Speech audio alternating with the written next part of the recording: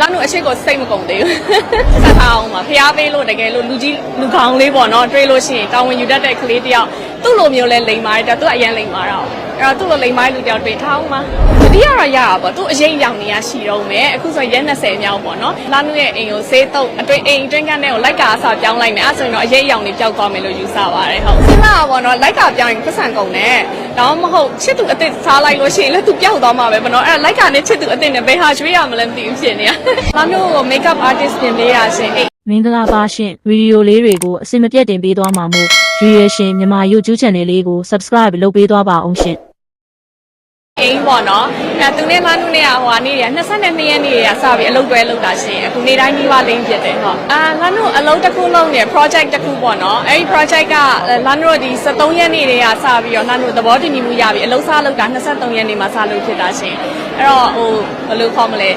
သူနဲ့ပြတ်သွားလို့ရတော့မဟုတ်ပါဘူးရှင်ဤစားနဲ့ပြတ်တာနဲ့မဆိုင်ပါဘူးအလုပ်သဘောအရကိုလာနုကအလှပြင်ရတဲ့အတွက်ကြောင့်ပြင်တာပါရှင်ကိုတိုင်းပြင်တာကြတော့လာနုက makeup ကိုမလိမ့်တာလေဟိုဘယ်လိုခေါ်မလဲ day cream လေးလိမ့်ပြီးတော့ powder လေးရိုက်ပြီးနှာခမ်းလေးဆိုးတာဆိုတော့တာမန်ထက်အိယာထားတဲ့နည်းနည်းကြည့်ကောင်းတဲ့အဆင့်ပေါ့နော်ဒါပေမဲ့ makeup artist ကတော့လာနုရဲ့ရုပ်ဆိုးတာလေးတွေကိုဖုံးတယ်ဘယ်လိုခေါ်မလဲအားနည်းချက်လေးတွေဖုံးပေးပြီးတဲ့အခါကျတော့ကြည့်ကောင်းအောင်လုပ်ပေးထားဆိုအရန်ကွာတာပေါ့ရှင်ဟုတ်ကဲ့ရှင်ဟုတ်အခုနောက်ပိုင်းကျတော့လာနု vlog လေးတွေအလုပ်ကလေးတွေလာနုတောက်လျှောက်လုပ်ဖြစ်တယ်ရှင်အဲ့ဒါကျတော့တချို့အလုပ်တွေကျတော့ makeup artist ကူမရတာရှိရဲ့ရှင်ဟုတ်မနေ့ကဆိုလို့ရှိရင်လာနုကခြေထောက်နှိပ်တဲ့အနှိပ်ခမ်းနဲ့နောက်ပြီးတော့ hot pot ဆိုင်ကြော်ညာကြတော့လာနုကိုပဲပြင်သွားတာရှင်ဟုတ်ဘယ်လိုခံစားရလဲဆိုတော့လိုကြီးလည်းမသိဘူးတမျိုးကြီးပဲရှင်အသက်အောင်မကွဲသလိုကြီးဘာကြီးလဲမဆောင်ဖြစ်နေရဲ့ပြတ်သွားတာကောင်းတယ်ဆိုတာချုပ်ချယ်ရမျိုးမရှိတော့သူလည်းလွတ်လပ်သွားတယ်အဲ့ခါကျတော့သူ့အတွက်ကကောင်းတယ်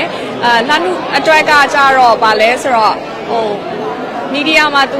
ကဒီမိန်းမကိုထပ်မတွဲတော့ဘူးလို့ပြောလိုက်တော့အချက်တော့ကွဲတာပေါ့အဲ့ဒါတခုပါပဲကျန်တာတော့ဘာမှမဖြစ်ဘူးဟာသူအဲ့လိုပြောလိုက်တာဒါပေမဲ့ကို့အမားကိုလည်းသိရလေလာနုကဥပမာပြောမယ်ဆိုရင်လာနုကကျန်းတယ်တကယ်ကျန်းတာလာနုအိမ်ဆောက်တုံးဆိုလို့ရှိရင်လေလာနု contract ကိုလာနုက